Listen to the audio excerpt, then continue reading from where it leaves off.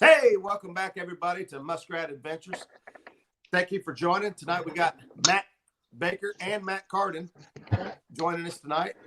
But before I get started, I want to say thanks to everybody who has left L Stan's live stream, or as I seen Kentucky in here saying, "Holy moly, I'm getting notifications." Everybody left the live stream over there to come check us out. So, man, I appreciate that. I had a hard time leaving L Stan's stream myself. I wanted to go check him out, but looked like Ace was the first one in the house tonight. Thank you, Ace, for stopping by. James Dockery in the house.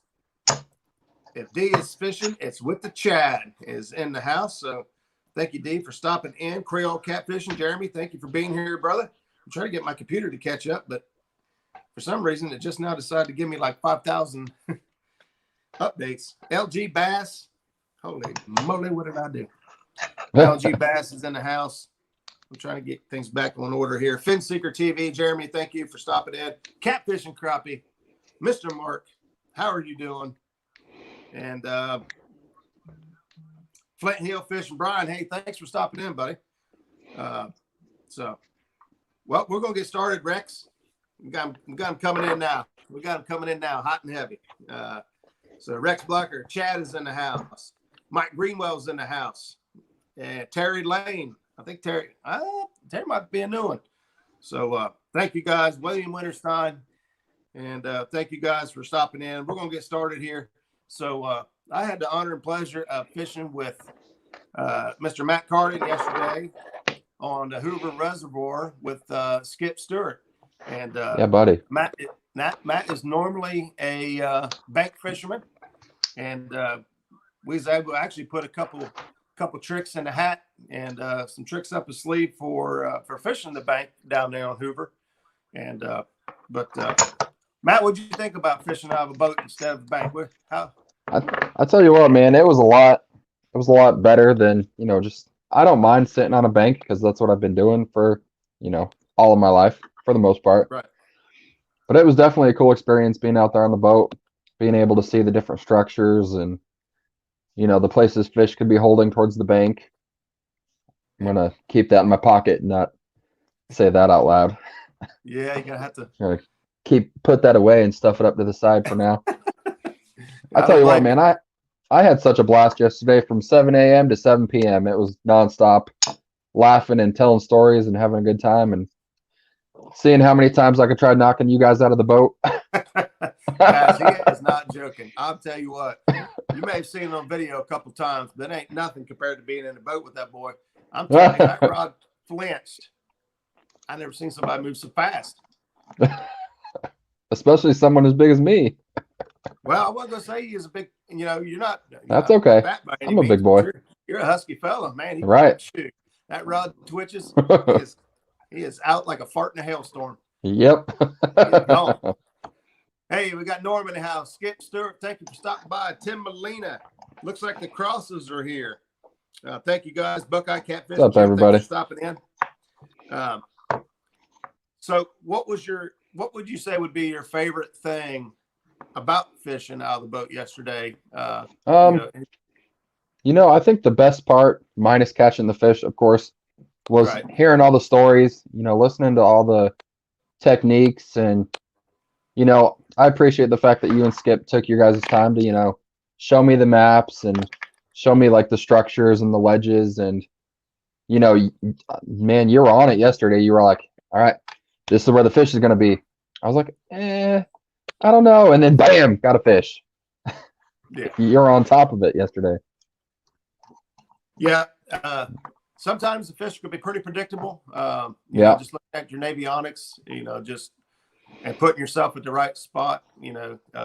Boat control is like 90% of the process. If you don't keep your boat in the zone that you feel that is the strike zone, and we kind of knew. I was pointing at it on the map and say, "Get ready, right? We're getting into this area here, and there should be some fish here." And sure enough, luckily it worked out that way and made me look pretty cool. But for sure. That's all right, man. It was cool regardless. Like I said, even if we wouldn't have caught any fish yesterday, it still would have been a blast, man. Oh man, we talked about it yesterday a little bit, but I truly have a passion for taking people out that don't normally get to go out, or try new techniques that people haven't tried. And I'm not a pro by far. I don't know everything by far, but I do love to share what I do know. I do love to get more people excited, and Yep. just turn that heat up a little bit for their passion for catching catfish. So, Well, and like I was saying yesterday, all those techniques that we did yesterday were completely new to me. I right. had never dragged before. I had never used planer boards, none of that. So Right. that's an experience I'll take with me to the grave. So, Yep. And that right now that's not applicable to what you do from the bank.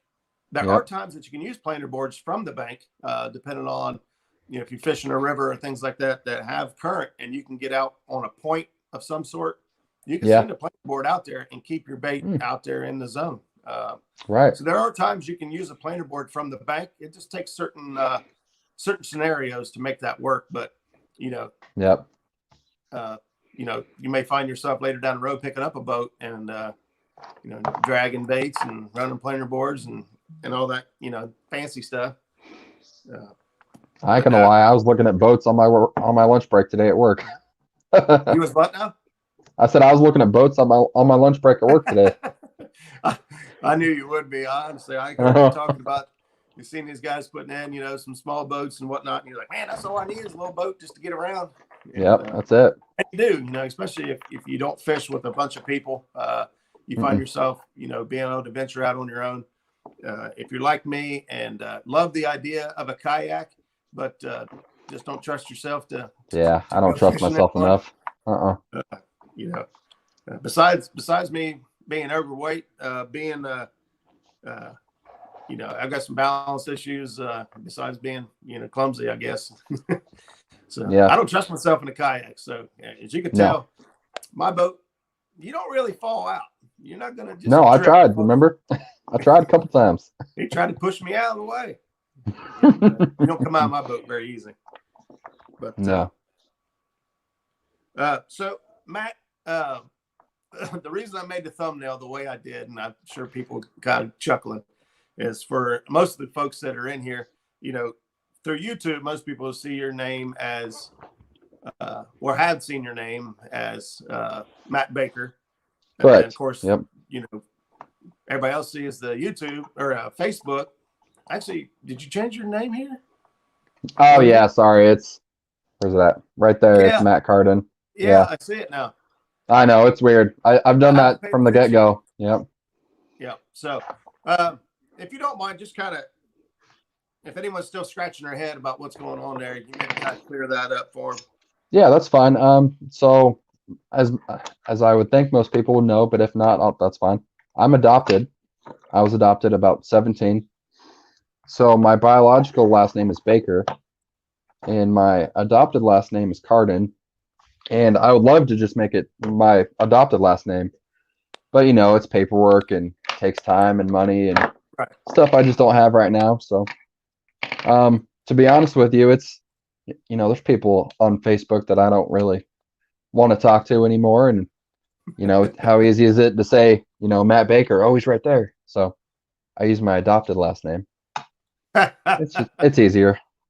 So yeah, that's why. So, I mean, it is what it is. I'll respond to any of them. But you prefer Carden, right? It don't matter. Baker, Carden. Nope. Okay. I don't. Okay. I prefer Carden, yeah, but like I said, I've been living as a Baker for 27 years now, so won't hurt my feelings any. It's hard. I'll be honest with you.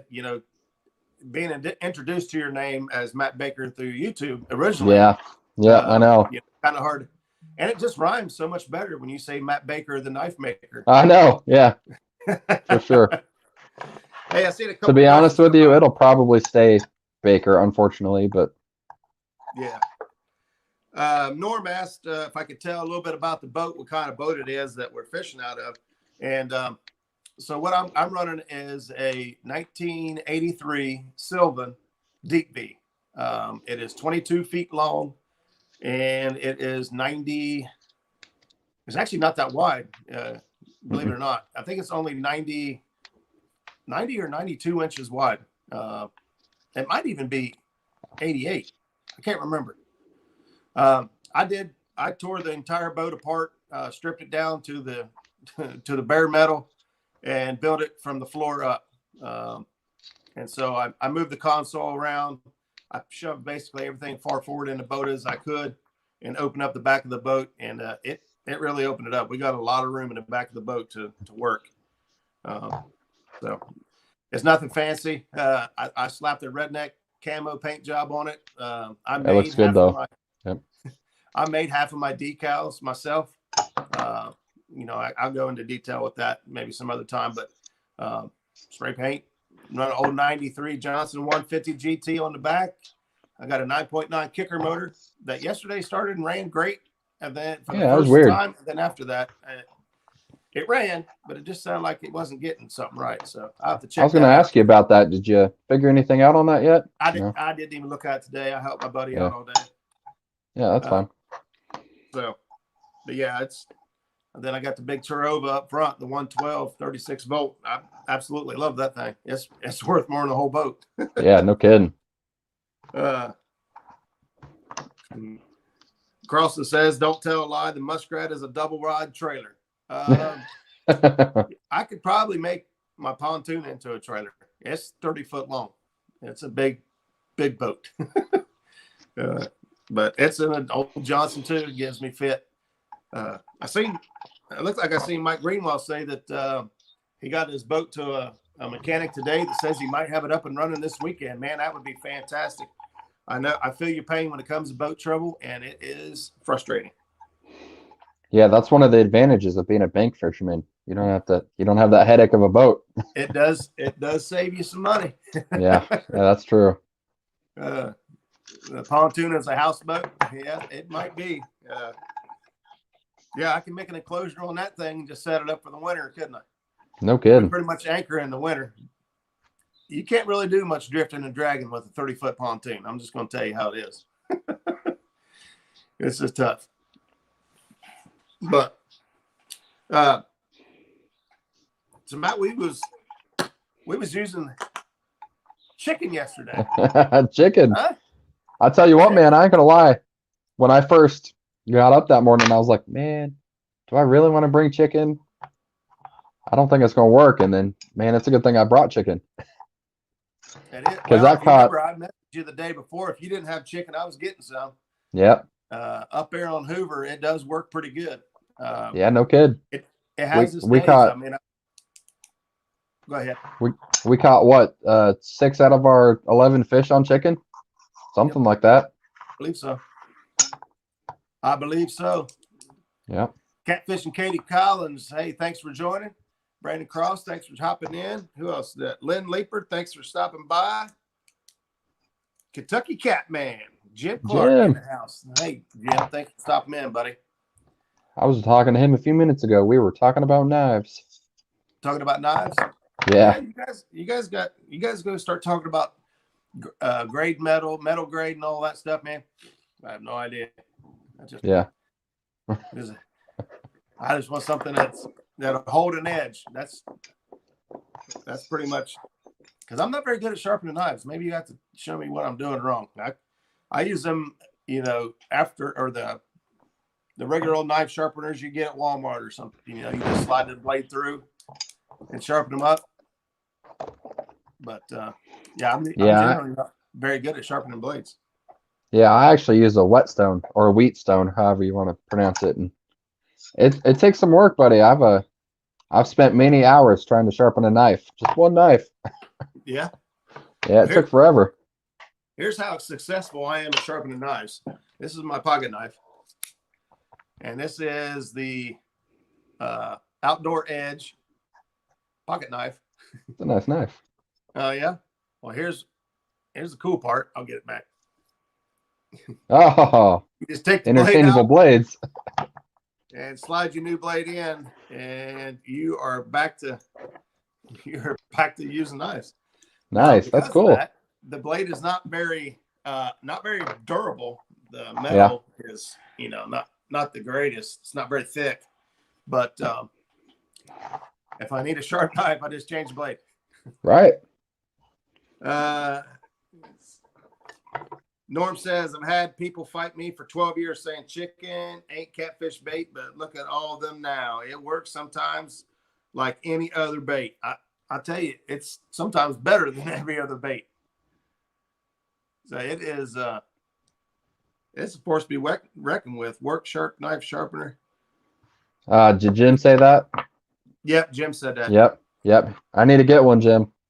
We talked about that. Yeah, I've seen those, and from what I could tell, obviously I don't know a whole lot about knives, but from what I can tell, it's it's the best way to go, and that's the belt, right? Yeah, that is the belt. Yeah. Excuse me. Yeah, man, that works. Those work really well, and they're not that expensive either. I think it's only like $50 or $60 for that setup. Yeah. Hey, Mike Kaufman is in the house. Hey, Mike, thanks for stopping. Oh, excuse me. My buddy turned me on to that knife. I don't know. I seen him have one, and I asked him what it was. And next thing I know, it's outdoor edge knives. I like a lot of outdoor edges products, but Norm said, or no, I'm sorry.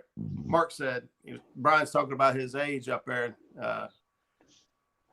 And he said, Brian, at 50, all my check engine lights came on. Mark, you still got the good light burning, and that's the one in the head, and that's the one that counts. You sharp as a tack. Absolutely. You sharp as a tack still. That goes for just about all of us. I'm not as good as I once was, but I'm as good as I'll ever be. There you go.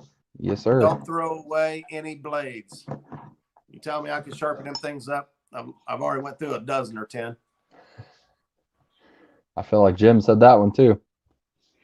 Yeah. Yeah. You call pretty good. You can't see chat, can you? I can, but if I pull up chat, I can't see the screen. So okay, it's 50-50. I've been talking to Jim long enough that I know when it's Jim. I don't know if that's good or bad. I don't know either. I haven't decided yet. So yeah, yesterday, we got out on the water. We got to put a lot of things to work. Like you said, the planer boards, and something that seemed to be working, and I can't figure out why, is Skip was using the bobber straight out the back, just like Junior Proctor does, and it was catching fish. I was running mine. We were running them both back side by side.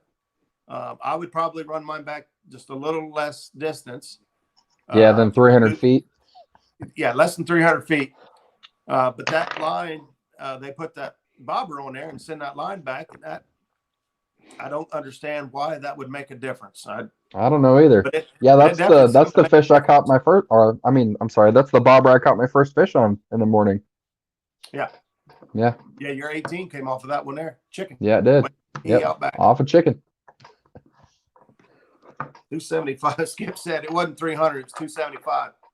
Close enough. That's because we forgot to click the bail shut. Just kept on going.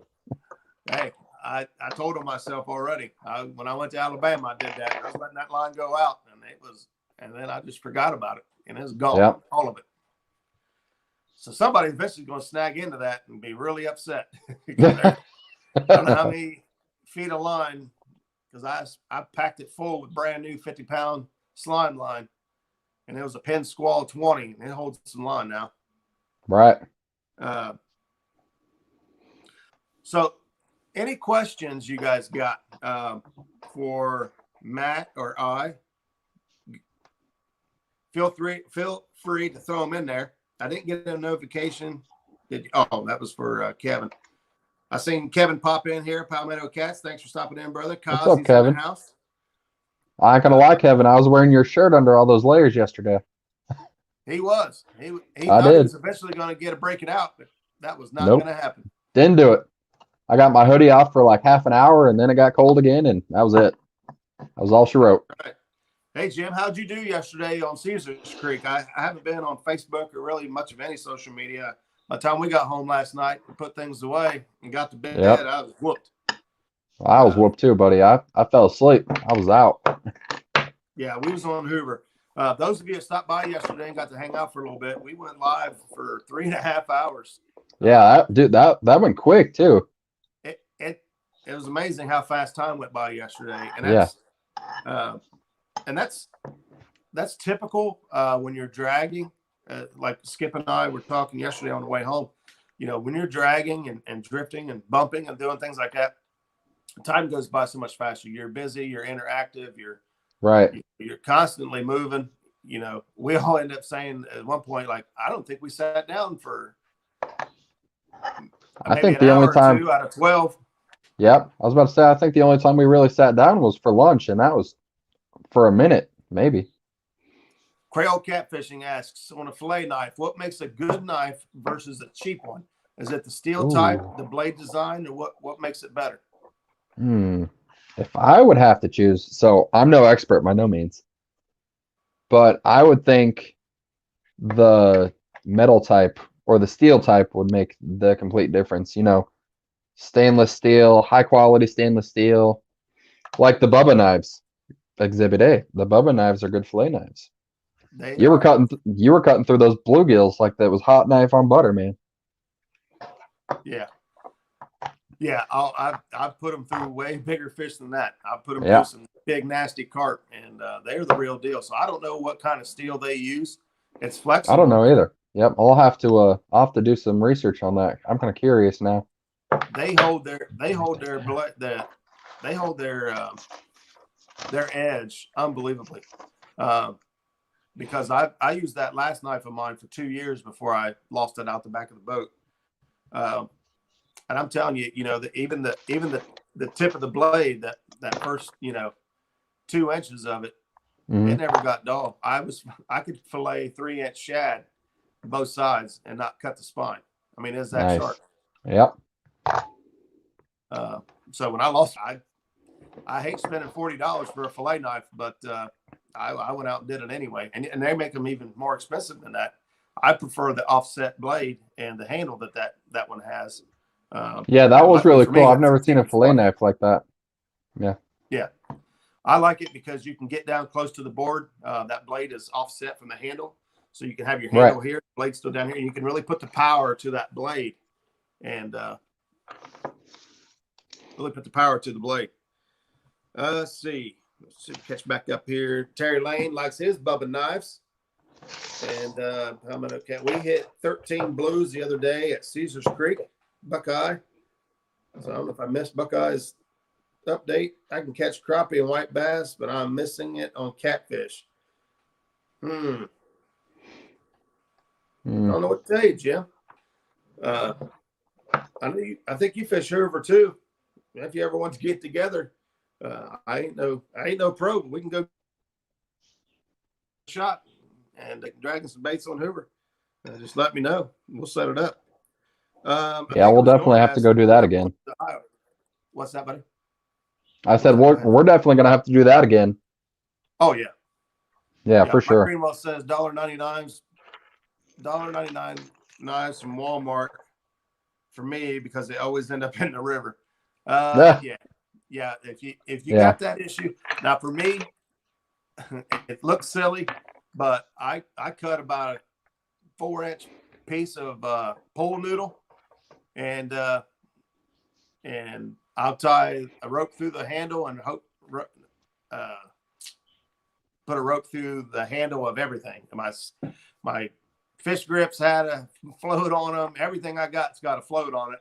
So yeah, I don't blame you. Drop it in the water. Hopefully I can get it back. Right. Yeah, that would definitely give you more of a chance to get it back too.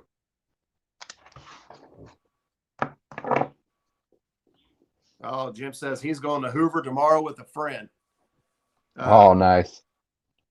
From the advice I have been getting, the middle pool, the deeper water, and it seemed to be pretty accurate yesterday. Jim, 30 to 50 feet seemed to be where we was where we was picking up most of our fish. Yeah. We ran the channel a lot during the day, and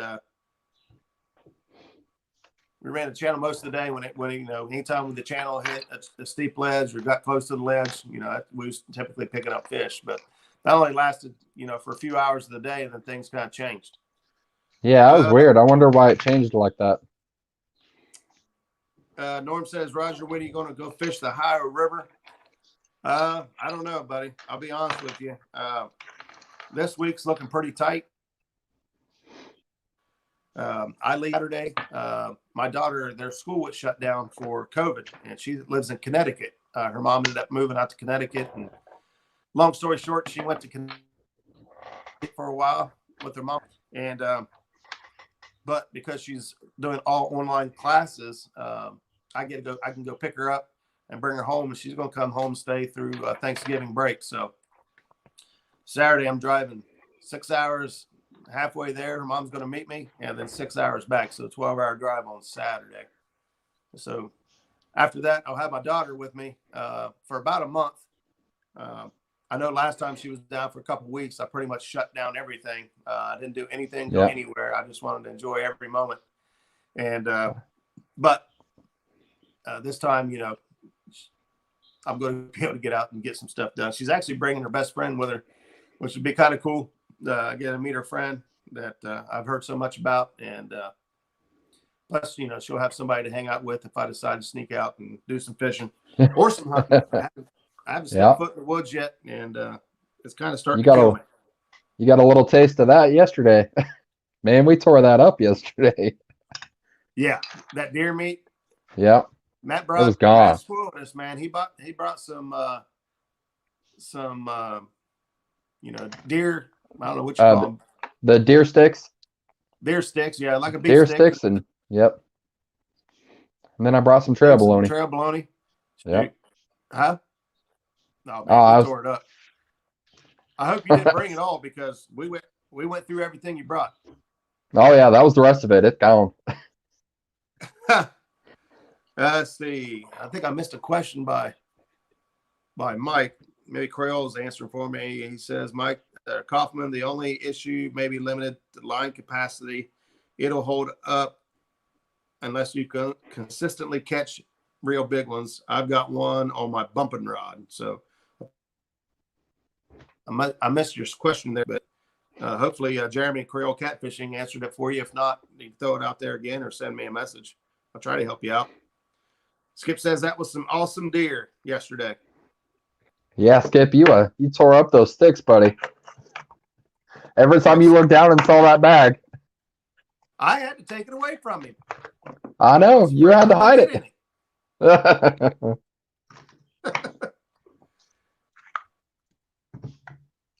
That was good though, man. That's why I brought that, so we could all eat it up and have a good time.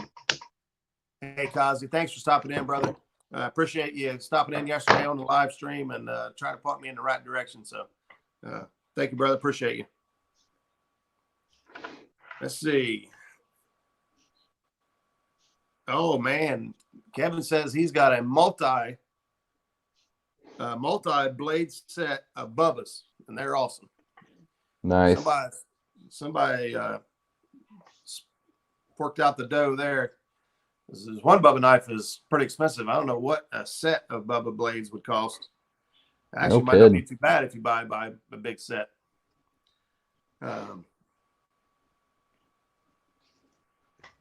Tim says a man is worth his wages, right, Skip?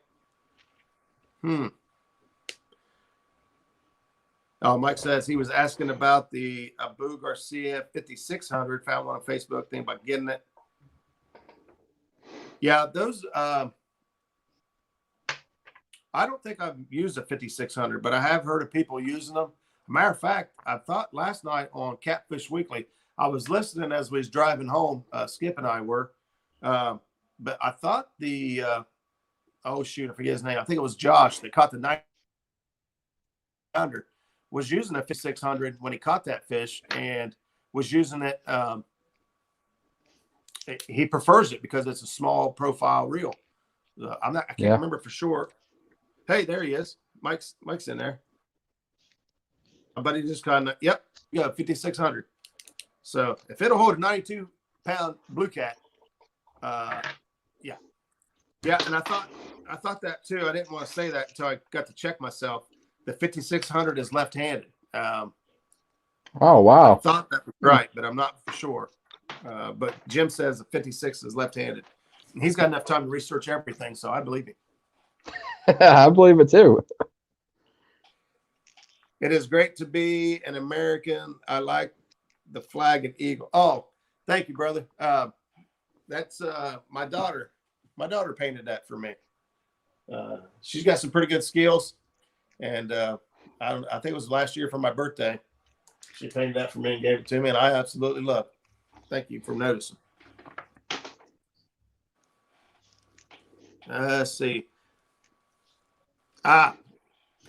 See, that's what I thought. Mike, I think you're dead on. Mike Greenwell says it's the 5601 is left-handed. The 5600 is right. And I believe that's exactly how it goes. So that must be like the abo I have is a 6601, which it's because it's left-handed. Well, I missed. Somebody said, I think they were throwing something towards you about a knife. I have a hard time with this thing. Yeah, I should pay attention with comments too. I'm bad about that. Oh, it's Ace said, I'm trying to buy a nice knife, but someone has not got back with me. Not saying any names, Matthew. I know, buddy. I got you. You're in my works, I promise. You do get pretty busy. I've noticed. I know me and you have talked many moons ago about, about putting a knife together. And, yeah. I pretty much try to leave you be. You seem to get pretty hounded and pretty beat up by guys wanting knives. I'm going to assume it's a blessing and a curse at the same time. It's great that everyone likes, but it's a little overwhelming, I have a feeling. Yeah, it is, buddy, especially at the busy schedules that I work. And I feel like, it's more of a hobby than it is a business. So, yeah. Well, and that's kind of like fishing too. Not that anybody would pay me to go fishing, but for the guys that do get paid or whatever, it's kind of, if you're doing it for work or a job, it kind of takes the fun out of it. Yeah. Especially something you love or in a hobby you enjoy. When you turn it to a job, some people are able to enjoy it and make money on and do it that way and have fun. But for me, it just seems like it take some of the pleasure out of it. Yep, I agree. So, I just see all the comments coming at you. I'm like, dang, that guy's getting hammered. That's okay though. Yeah, like I said, it's definitely a blessing and a curse. So just depends on the day, really. Right. Justin's Fishing Fetish in the house. Thank you, Justin, for stopping by. Justin, I don't know if you want people to hear this or not, but Justin made me up some dragon weights for my trip to Alabama. Man, they held up flawlessly. I lost a couple rigs, but I don't believe it wasn't the sinker got hung up. When you drag through enough treetops, you're going to get hung up. I don't care what you're dragging. But he made me up some 4-ounce and 6-ounce drifting weights. They got the flotation in them and whatnot. I make some of my own. They're kind of the same thing. I just put some small egg sinkers in the bottom, and this stuff here is the insulation tubing inside. It's that polyfoam caulk saver, and you just put some of this foaming inside of a drifting weight, and that's how you get your flotation on it, make it stand upright. But Justin made some, and I thought they were handy dandy. He did a fantastic job, so I want to give him a shout out. Now, if you guys all start bugging Justin for weights, sorry, Justin. It is what it is, I guess. Yeah, Brandon, I just saw him pop in, and he said, "Or you snag them on stumps." I actually talked to Doc Lang a little bit earlier today, and was talking to him about the tournament they had last weekend, how they did, and he said they lost a giant fish in the wood. He said they was working on getting the fish in, and it took a dive got him in some trees, and eventually got him hung. Eventually broke him off. They were so heartbroken. They said it kind of ruined the whole day because it was like a tournament winner fish right there. And I think they went on to catch another. I think they only caught one more fish today. Dang, I need lead so I can make more weights. I might be able to help you out there. Don't know that for sure because I don't have the lead, but I know who has the lead, and so I might be able to get it. I'll get with you after a while. Talk about what you need. The demon bobbers are awesome from Daniel. I'm guessing he means demon dragons. And I'll be honest, the Demon Dragon brand rat so far my favorite. Now, that being said, I don't have a whole lot of money to try all these other rattles out there. I just don't. But I've tried, ordering the blanks online and making them myself. And they do work. If you paint them, you can't just take them out clear, though. Water will seep in and they'll rust. But they don't rattle that much. They come with one bead, maybe two in them. Then you're doing that for the noise. And, the homemade ones, they just don't make very much noise. So actually, I've got one laying right here. Here's how much noise I like. Here's the rig of mine. Yep. The hook, and then my tubing. 2 rattles, 2 beads, a demon dragon, 2 more rattles and 2 beads. You talk about noisy. This thing is making some noise. But for me, I like a lot of noise. I like a lot of commotion down there. But I seen somebody, Bubba Blaze are made from CR13 stainless high quality steel. I bet you he looked that up. There's Jim again. Yep, it was Jim.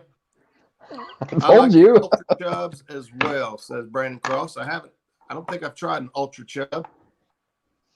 I put a hole in a plastic bobber and put BBs in them. They make more noise. What do you do about the hole in the bobber, Daniel? Do you silicone that back up, or what do you do to keep that from filling up with water? Could use waterproof epoxy. Roger, that's $10 rig. It probably is. Yeah. Let's see what else we got here. Buckeye had 85 Mustang. Oh, we're talking cars. Stonefly 71. Thanks for stopping in. If I didn't say it already, I bought blank real spook blanks on eBay, and they are seconds from company. I bought blank real spook blanks on eBay. They're seconds from the company.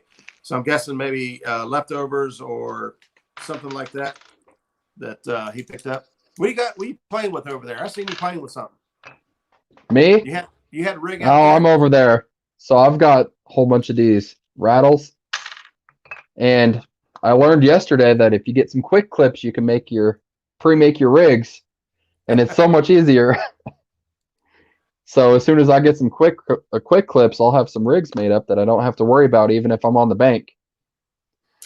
Yeah. I kind of went through that one night when we was talking about the terminal tackle. And actually, we got a show coming up next week with Kevin, Palmetto Cats. We're going to be talking about terminal tackle. I'm not sure which ones I'm going to cover exactly, but the quick clips for me just makes my life a lot easier. Yeah, I tell you what, when every rod I got is set up with the main line, a sinker slide, a bead, and then a quick clip, and I have all my rigs pre-tied. I just click on whatever I want to use. Yep. When me and Skip were switching those rods over yesterday, man, it was quick. Yeah. Quick and simple. And if I was doing that like on the bank, man, it would take me forever. I'd have to sit there and cut everything and re-rig on a different pole. And I didn't show you this yesterday, and just because we didn't need it. But here's something I do, and it may or may not help anyone. So what I do is, as the transition right now, yesterday we caught fish. I think only one fish out of everything we caught yesterday had mud on it. Is that right? Yep. Everything else. So everything else we was dragging yesterday, I'm using like 4-foot leaders, maybe even 5. They're long, aren't they? Yeah, they were long. But and a lot of those ones that are 5 foot long, I'll put 2 floats in them. I'll put one in the middle and I'll put one on the end. And almost all the fish we caught yesterday was on the very last hook, which makes it the highest in the water column. Actually, if I remember it right, every fish that we got off of that pole was off of that last hook. Yeah. Yep. Yeah. So what I'm getting at is sometimes you don't know if you want a really long leader or a really short leader. And so now those rigs that I use down there are a little bit specific to that area. But so yeah, what most of my rigs are set up about 24 inches, 20 to 24 inches. And if I start seeing fish in the mud, then I'll just keep it at 18, 20, whatever those short rigs are. But what I've started doing is making another leader, and it has a swivel on one end, I believe a quick clip on the other, and a chain swivel. It'll have a chain swivel in it. So what happens is I've got these set up. They're 24 inches long, and all they are is extensions. So if any times if I think I need to go higher in the water column, I can clip these in, and I can add 18 inches at a time. 18 to 24. I don't measure them. I just kind of pull them out. But I make up a bunch of extensions, and I just have a bag in my rigs that pre-tied. They're just extensions. Yeah. Like a shocker leader. Yeah, Sean, kind of like that idea. But my idea was just I didn't want to tie 1,000 rigs and be like, well, I want to tie some of them that are only short and some of them that are long. And I thought, well, that's an awful lot of gear to tie on just to make it, to go through that. I can tie them all the same length and then add the extensions on if I want to go, longer. So if I had them in here, I could show you, but they're still in the back of the truck from yesterday because I didn't clean anything out. Yeah, I didn't think so. I got home yesterday, man. I unpacked my cooler and that was it. So Daniel said I put a swivel between my weight and my hook. That's what I clip the bobber on, and current. It sways back and forth really good. Daniel, that's a good idea. If you said already what do you do about the hole you drill in it for the BBs? I apologize, I missed it. And if you don't mind, put that back up there for me because I like the idea. I love new ideas, and I love cheap ideas. Yeah, that's why right. Fishing and Stuff is a great channel. He puts out all these fantastic DIY ideas, and they're mostly geared towards saving money. So if anybody has a link for Fishing and Stuff, throw it up there. Actually, I haven't seen any links tonight. Are we being stingy, guys? Are you just compliment saying we've been that interesting we forgot all about it? Okay, there he is. Daniel says I used ATV sealant last time. He used ATV sealant this last time, but he normally just uses silicone. Okay, that's kind of what I figured. That's a cool idea. So what size bobbers? I'm guessing you're using the big round hollow plastic bobbers. So what size bobbers are you using, and about how many BBs are you using to put in them? I'm interested. Yeah. I always like DIY projects. Yeah, Chad says he's doing some designing tonight. I saw him throw something up there about the T Springs account, which looks like the way I'm probably going to go as well. It seems to be very, the least invasive way to put some stuff out there that if anybody's interested in, then I think it's pretty cool. If you guys haven't seen Chad's Teesprings, he's got the couples challenge that we did a couple weeks ago. So for all the teams that were in it, he's got them listed on the back. The logo that he used with the heart with the 2 hooks on it was also on it. They're pretty cool looking T-shirts, sweatshirts, and hoodies. I'm definitely going to get one for my wife and I. But if anybody hasn't checked that out or seen it, go on Chad's page. I'm sure he's got it somewhere. Let's see. Stonefly says, like pencil floats with shot in them for hybrids, use paper towel stuffed in the hole with super glue over. That's Seems cool. like of course, you can't get much paper towel in it before it's full, I guess. I was thinking it would, dampen the noise, but let's see. Steve barely goes outside. Yeah. Yes, sir. Use about 20 bee beads. Holy cow. You can buy a pack of them for a couple bucks. They got various sizes. You can actually use them all. Huh. I know what you're talking about. You normally, like Walmart, you can grab like a whole bag of, different size bobbers. When they're plastic. I don't know. I might have to try it. Boy, I don't know what's going on there. Looks like Mike's stepping out. Hey, Mike Greenwell, thanks for stopping in, brother. I appreciate you being here. Again, congratulations on you guys' tournament. Man, just be able to put your hands on a 92-pounder. It's just unreal. You guys. Yeah, dude, that's insane. You guys, it takes a lot to catch a fish. But to get I to watched the boat, that video today. Michael Murillo says, you got twice the people in YouTube chat of SmackDown. That's right. SmackDown started going live again on Tuesday nights. Oh. Yep. I didn't know that. And Chris Souders has also been going live on Tuesday nights. See, originally when I started this channel, that's what happened. Chris Souders was, he Catfish Crazy took over. He's filming. I mean, he is a busy dude. I don't think any of us really understand how busy that dude is, but he is run pretty thin. And then SmackDown Catfishing also went on a break. They kind of went off for a month. I knew they had, some vacation time planned with their families and whatnot. And so I kind of stepped in and said, you know what? There's nobody doing anything on Tuesday night. I'll do it for a while. But now they're all back. And so I'm like, well, maybe I should let it go. And I'm like, I like the little family, the community that we got. Right. And if you guys enjoy, the stuff we do on Tuesday nights, enough. I mean, you guys are here. So that's good enough for me. I don't care if we get 3 people in here and we're just talking. That's good enough for me. We'll have fun. So I think Michael Murillo said you got twice the people in chat as SmackDown has, and that's kind of crazy. Those guys are rocking and rolling usually. But Michael Murillo, thanks for being here. I love the name tonight on Elstan's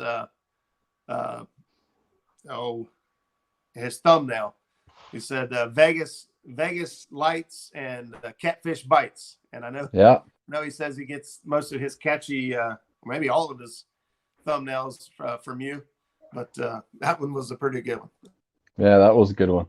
I thought it was good. Fishing with the Squirrel says, don't go anywhere, Raj. Hey, man.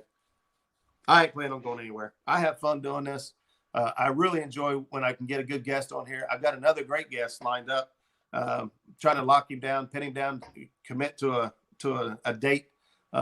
He's an avid hunter. He's been out, doing the hunts here in Ohio. And so he's been pretty busy, but I'm going to get him on here for you. And I don't want to put it out there in case something crazy happens and he can't make it or decides otherwise. But he's up here with the Mark Blovup style of knowledge, and he'll be a good one to have on here. It's coming. So let's see.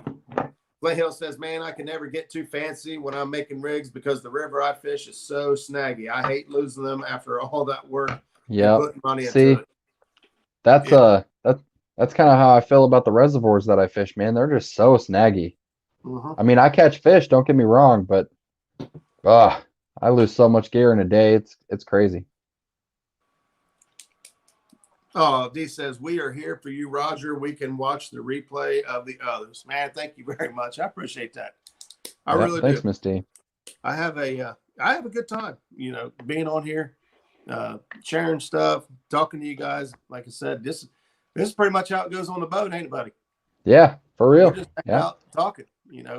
We're talking about ideas, bouncing ideas off each other, showing stuff. It was easy, yesterday because Matt hadn't seen most of what we was going through or done most of it.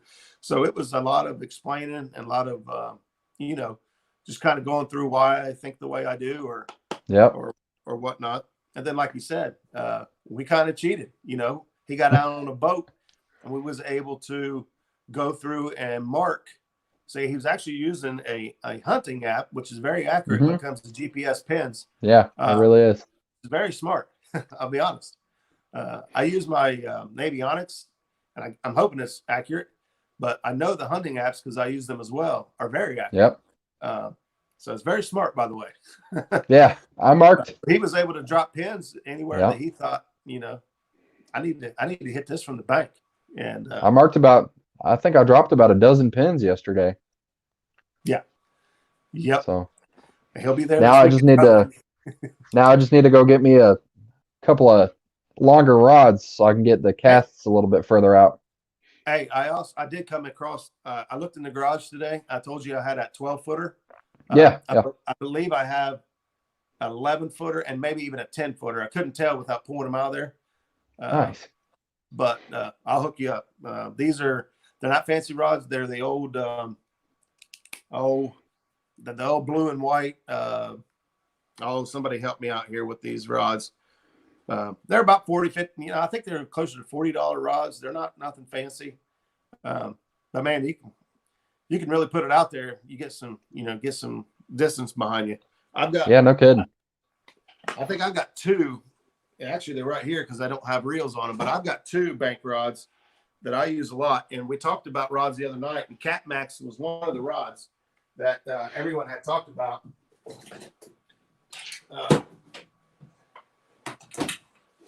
But for a bank rod, I really like this Penn. Boy, that shadow's not good. This is a Penn Battalion. Oh yeah, you told me about that yesterday. Yeah, this is an 11-foot rod. I like to keep a couple bank rods on hand just because you never know. You never know when you're gonna end up going to bank with somebody. So I keep a couple of them. Justin Fish and Fetish says, Matt, I'll trade you a 10-foot ripping lips for a knife. Oh, now see, that's how you get Matt's attention. Gear for knives. Yeah. Now we're talking. Yep. Michael Merlo, surf casting model. Yeah, that's what that is. Let me see if I can get the specs on it for you. I love this rod. Obviously, it has to be 2-piece because it's 11 foot. But this here line capacity says line 15 to 30 pound, mono 20 to 50 pound braid with a 2 to 6 ounce lure weight. I can tell you right now, I beat that. But normally, if I'm using this, I'm sending something out there, and so I don't put a ton of weight on it anyway. Boy, Justin's just sweetening up the pot. He said, "Hey, I can meet you up at Hoover and fish too." See, I'm an hour away, buddy. All right, there, you guys. Hey, don't be stealing my friends. Hey. I fish with whoever, buddy. I'm sorry. Yeah, I am too. I don't know what you could call that. Somebody that'll fish with anyone. Right. I've been on a roll with slipping the tongue or slip of the tongue. Well, there's another one. Crap. Let's see. Surf casting. Can we meet up? And it's a gorgeous wrapped handle. I send it like a catapult with my 12-footers. Right. Yeah. I've used a couple 12-footers. Maybe it just wasn't the right name brand for me. For some reason, 12 just seems to be a little too much. The 11 seems to be the sweet spot for me. Yeah, I think when we went down to Avid's, I think Norm had a 12-footer, and that one just seemed, it was too much. Now, Justin got wise fast. He said, "Hey, we'll take Roger fishing with us too." There you go. Roger has a boat. Right. Actually, Justin has 2 boats. He just got to put them in the water. Even one of them's pretty sexy too. It looks just like mine. Nice. Jim says Roger won't come back down to Owensboro. Jim, I will.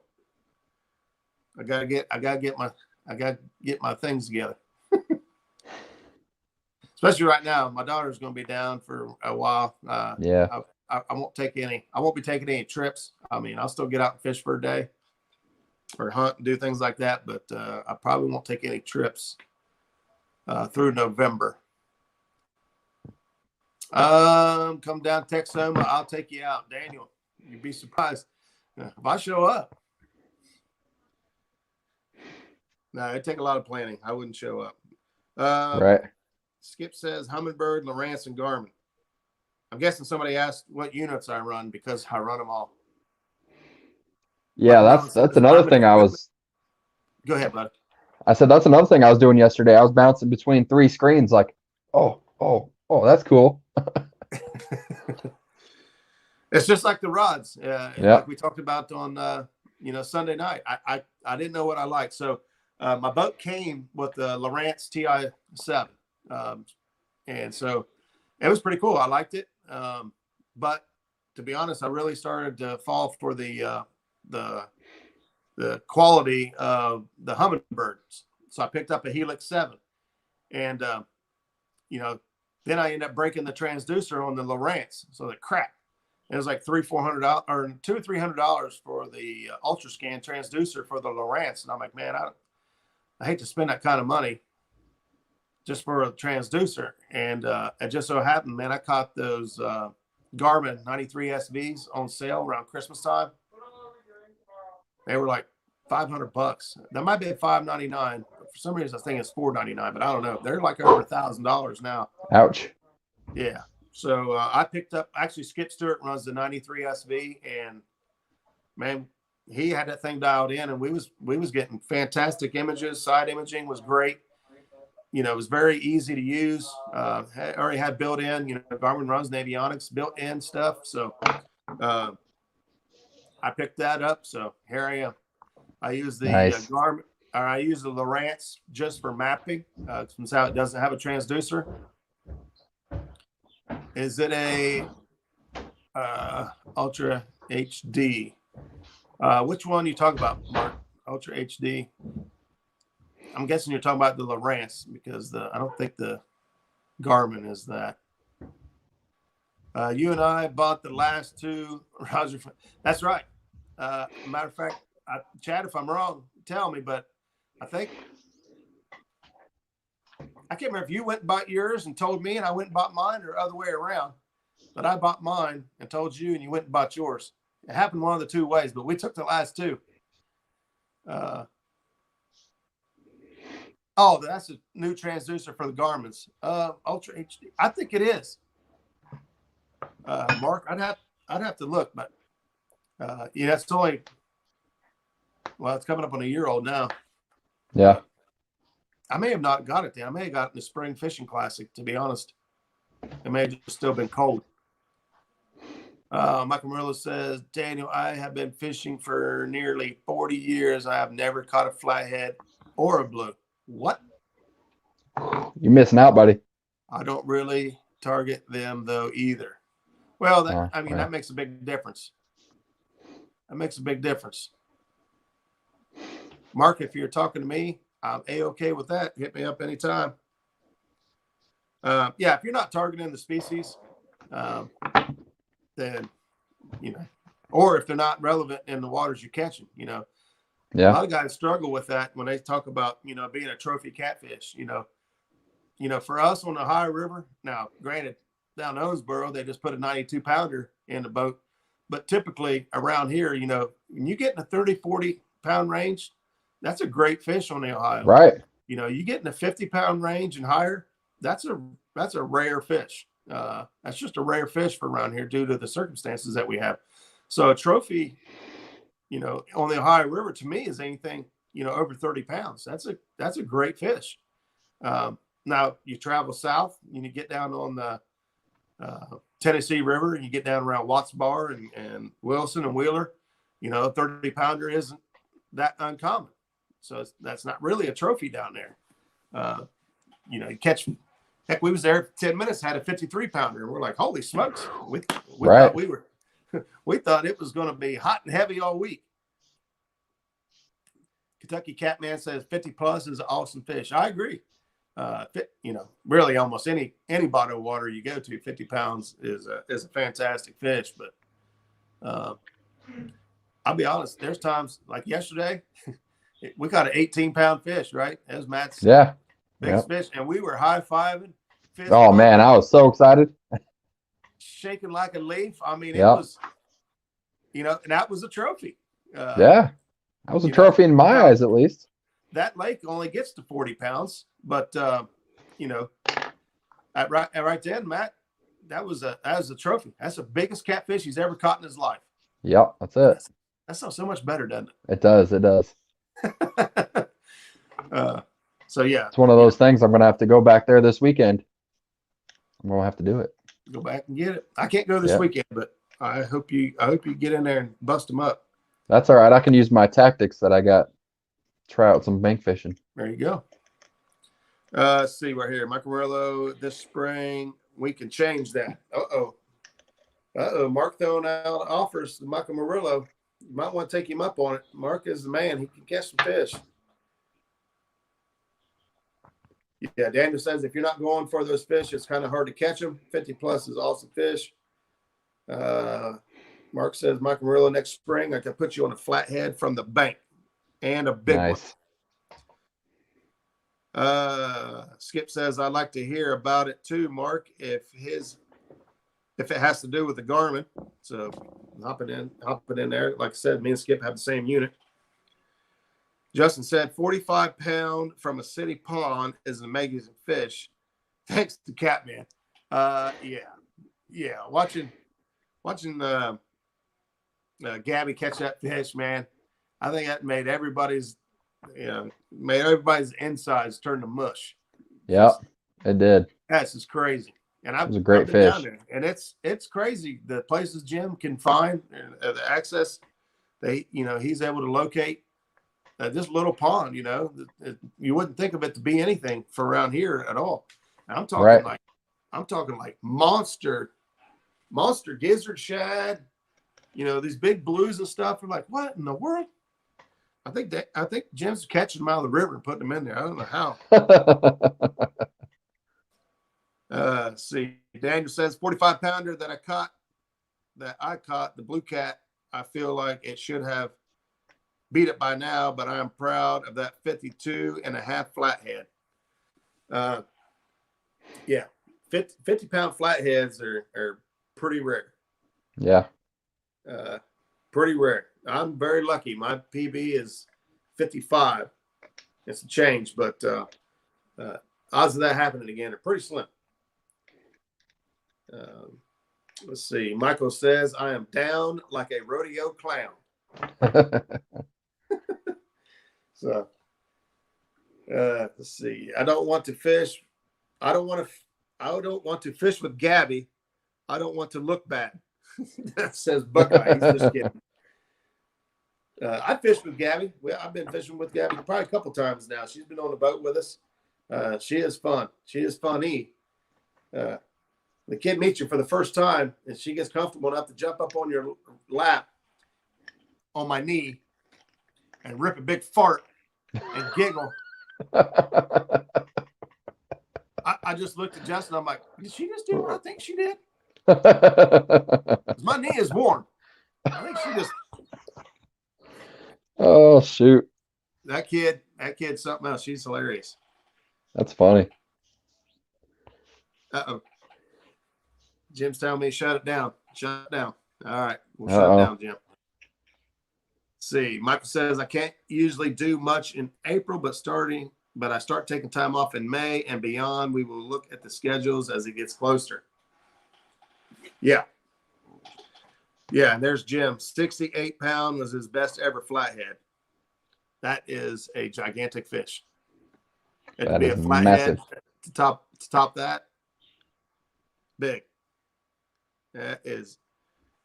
Jay said Gabby is on the floor laughing. Yeah. Well, just tell her go ahead and laugh it up. I was shocked at first. And then I laughed my butt off.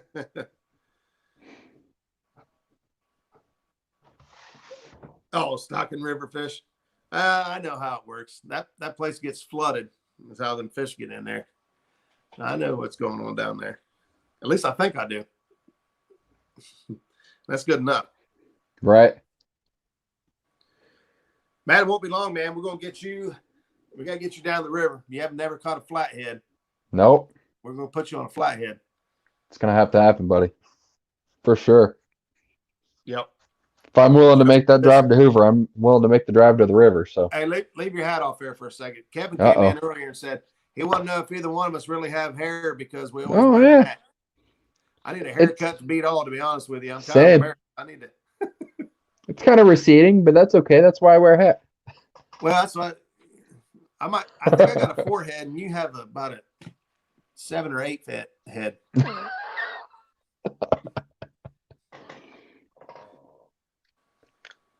Yeah, Justin Fishing Fetish said 70-pound flathead out of Rocky Fork Lake. And I got to be honest, I didn't believe him at first. I thought, there ain't no way. And then he pulled out pictures. Way. Dang. It's insane. I never, ever would have thought that a fish that size would be in that lake. And there may only be one. And he caught it. It's insane. But Kevin says, hey, there's a little bit of hair up there. Mark says, flatheads rule all others. That's true. But the bass fishermen really don't like when you bring that up. So no. Skip and I went and dropped it. He's having trolling motor issues. And we dropped it off to the mechanic guy up here in Gahanna, Ohio. And he turns out to be a big bass fisherman. And so it was like Crocodile Dundee. He pulled out his phone and said, man, look at the size of this bass. Look at the size of this fish. I said, you call that a fish? This is a fish. This is a fish. And we pulled out big old pictures. He said, man. I said, yeah, that's right. I said, we fish for the fish that eats the fish that you fish for. Now, that's actually Mud Bum saying. Yeah. If you guys don't know who they are, they've kind of dropped off the scene for a while. I don't know what's going on with those guys. They kind of blew up fast, and I don't know if they've just been running to keep up or if there's something else going on.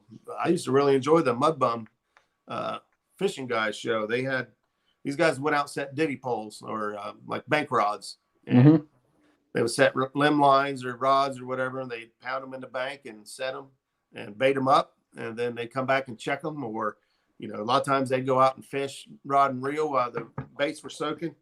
It was a little controversial there at times. People didn't agree with that method. They thought it was, not acceptable or whatever. Me, I thought, yeah, you know what? They're turning them all loose. And they kept a couple small ones to eat because these guys are pretty cool. They would load their boats up and they would drive down river to a property they have permission to be on. And they would go in there and set up camp. And I'm talking, these guys set up a camp now. They set up a camp. It's for days. And I don't know. I enjoyed watching the guys the show, but I don't know what happened to them. Daniel says the greatest thing about living around here is we can catch flatheads all the way through November unless you're really good. I kind of misunderstand that. Unless you're really good. So that means you can keep catching them through December? Oh, maybe that's what, maybe I misinterpreted. Yeah. Unless you're really good and you can continue to catch flatheads past November. Yep. Right. Mark says, I bet Gabby, there you go. Gabby really caught that 70-pound flathead Justin was talking about. He said, no, he caught it 15 years before she was even thought of. She was just a little squirt. Literally. I don't know. Crikey. Roger, did you see the 14-pound bowfin caught out of that pond? 7 ounces off the state record. No, Dang. I didn't. I did That's not. a big bowfin. Yeah, I've never caught a bowfin ever. Me neither, but I've Kind seen of like them. Michael, I don't target them. I Right. wouldn't know how to target them, to be honest with you. I think it's just like bass fishing. I don't know. Maybe. I know guys catching them down here in the river, out of the Ohio River down here by me. Yeah, that's crazy. The same here. They don't hibernate. The water doesn't get cold enough. Palmetto says boo. I don't know. What is he booing? Probably about the bowfin. I don't know. Maybe. Hard to tell. I was fishing for catfish. Huh. Just use chicken. It's the miracle bait, says Chad. That might be true. I don't know. Like I said, I've never even tried to catch a bowfin. The techniques and what they eat and what they do, I have no clue. I don't know nothing about that fish. I think they look cool. Yep, Justin said he caught one trying to catfish. So maybe they're I thought they was catching them on live baits. Maybe they're fishing for flatheads and caught them, on live bluegill. Wow, Michael Merla says he caught a 20-pound, 6-ounce muskie on a carp rig last year. Oh man, that's a fight. That is wow. a fight. People. All right. Mark says you fish for them like you would pike. Boy, I don't know. Bowfin, I don't think get nearly as big as pike. From what I know about pike fishing, they're throwing some pretty big baits. Right. Norm says they smash the same baits as a catfish bait, which kind of goes in line with what people are saying. But I mean, you can also catch catfish on a crappie rig. It's not what you normally would use, but every now and then they'll hit it. So.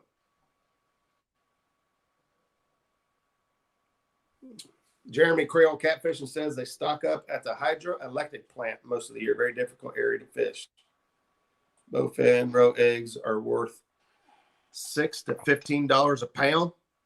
Dang. I think I've heard that before. Or no? I think it was actually paddlefish or spoonbill. Yeah, spoonbill. Their eggs, close the closest resemblance to calamar, or not calamar, to caviar that they can get. So they try to harvest these. Because I ran into hoop nets, huge, not hoop nets, gill nets on the Ohio River during the winter. I think it was around February, and I was told that's what they were doing. They were gill netting the big spoonbill out of the Ohio River for their eggs. Wow, that's crazy. Yeah. State record bowfin, holy smokes, 21 pounds, 8 ounces. Dead bait or spinner baits for bowfin. Shrimp is good for bowfin.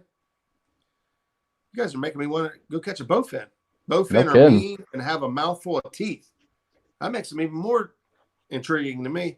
Well, I'll say this first. I think if I couldn't fish for catfish or crappie, I would probably target muskie or pike. I just love the big, aggressive, nature that those fish are, or even an alligator gar, just all the big teeth and all that. But how about you, Matt? If you couldn't fish for catfish, what other fish would you chase? Yeah. To be honest with you, I'm like 15 minutes away from a really good muskie reservoir, so I'd probably do muskie. Yeah. Yeah. Yeah. That or if I was closer to a river, I would target trout. Target trout? Yeah, like steelheads and It's fun to target a fish that is good to eat. Yeah, I agree. Yeah. Because I think about that. I'm not sure if I just had this conversation yesterday with Skip or not, but catfish are just so big. They give you a big fight. You just never know what you're going to catch. They're just that thrill. Every time that rod goes down is just crazy. And then crappie, feeling that thump is fun. But, every time you put one in the boat, as long as it's legal size, that's a meal. Right. I just caught a sandwich. I caught another sandwich. So when you're catching fish that are fun to eat or good to eat, it makes it even more, even more desirable or good. Yep, I agree. Justin says walleye, crappie or walleye. I missed something, and somebody said the meat gets mushy.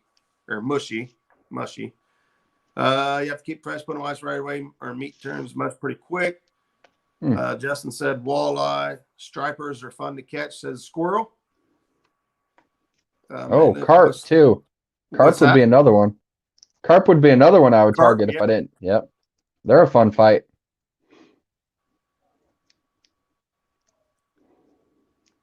Mark says flatheads are muskies you have to put your back into.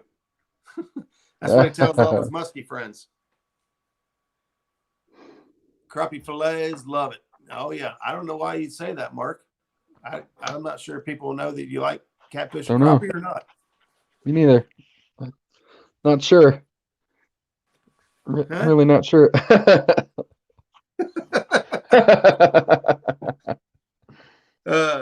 Catching stripers. Yeah, I've never caught a striper. Wait, is that how you spell stripers? Is that stripper? Did he spell it stripper? I think he said he likes to catch strippers. I don't want to catch anything from strippers. Jim, you can have them all. They're all of course Jim would say that. They caught some giant muskie at Caesars Creek this year. Jim, Dang. I've seen that. I've been fishing Caesar Creek for crappie from the bank. And I've seen big muskie come up and just hammer it. I actually had muskie at one point go after my crappie as I was bringing it in. Dang. I honestly slowed down to see if he'd get it, but he swiped at it once and then it didn't come back. So let's see. Sean T says that bowfin patties, yum yum. So I'm not sure if that's like like most people make a salmon patty. You just put it all together and patty it out, fry it. Yeah.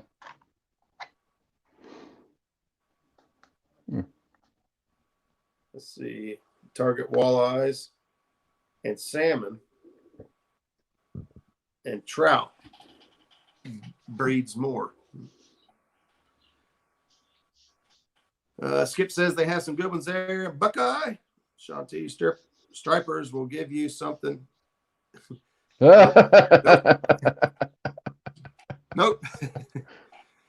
He says, I thought. He said strippers will give you something Ajax can't get off.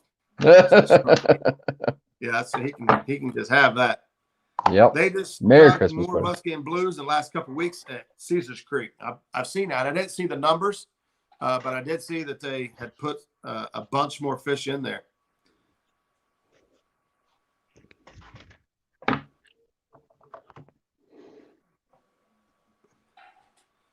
I'm not even sure what that is.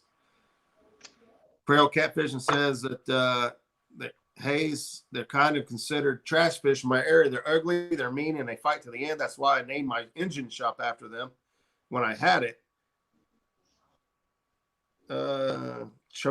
Chopqueak. I'm messing that up real bad. I'm not even sure. Yeah. I have no idea. Whatever it is, I haven't heard of it. Texoma has the best striper fishery in the country. Sean T, you're not scrubbing hard enough. Oh gosh. I don't even want to go there. Huh? I said I don't even want to go there. Nope. All right. Well, I think I'm going to hop off here. I am tired. Whoop puppy today. I'll tell you what, man. I'm still tired from yesterday. Still tired from yesterday. I'm not. Yep. I didn't even have Oh, it's Cajun French for bowfin. I got you. Oh, okay. I did not. I wasn't bad yesterday. I did an energy drink that I had. I thought I needed. And Right. Uh-oh. oh, Jim was saying last Thursday they had orange buoy traps from the DNR all over the Caesar Creek Lake, like we saw yesterday at Hoover. Oh, okay. They were up on Caesar's Creek. Must have been taking samples or getting Right. reports. It's good to hear and see that. You think about in reality, in perspective of things, especially right now. There's only 23 of us in chat, and Right. In the scheme of things, there's only a few of us, really out here and reporting stuff what we see. And so just imagine how much of that really goes on that we don't see. You know what I'm saying? As far as Ohio goes, checking on their fisheries, studying whatever species they're studying. With the report I saw from Hoover, averaging growing 6 to 8 pounds a year. They're doing some research on it. So it's great to see Ohio stepping it up. I wish Kentucky would do the same. Yeah, for sure. I'm waiting for him to go get punched. No love for Kentucky Division of Wildlife, man. It's like the Wild West. Anything goes. Yeah, for sure. My perception. I agree. Oh, okay. Thanks, Jeremy. It's pronounced shoe pick. Well, I was really murdering whatever I was trying to say because that was not what I was trying to say. That's what they call a bowfin. So down there, it's called a shoe pick. Gotcha. Oh, that's cool. Last Thursday, they had the orange. Oh, I read that already. If you wasn't working 11, 13 hours a day, I'd get to fish more. Jim. Oh, yeah, Jim. I don't think anybody's going to feel sorry for you in your work. So, but Matt, I appreciate you coming on with us. Anything you want to cover or talk about before we head out? No, buddy. I think I talked about everything that I wanted to tonight. Like I said, I'll say it again. I appreciate you having me out yesterday. It was an absolute blast, man. I'm looking forward to doing it again for sure. Absolutely. We'll get you down on the river next and see if we can't hook into a flathead. We'll have to do it soon because as it cools down, it's going to get harder and harder. But right now, it should be good. Just let me know, man. You got my number. I do. Yep. All right, guys. I appreciate everybody being in here, hanging out with us. Those of you that hung out with us yesterday on the live stream, Roger, I'll take you up on the fishing invite when you need someone to go. I got you, Jim. I just might have to hit you up, buddy. I'd like to go fishing with you and see what. I'm sure we'd have a ball. Yep, for sure. Fishing with Squirrel, great show, Muskrat. Thank you, guys. Appreciate it. If you don't mind, hit the thumbs up on the way out and share it on your favorite page if you got one. And till next week, keep it real. Yeah. Lines. See you, Take it easy, guys. See ya.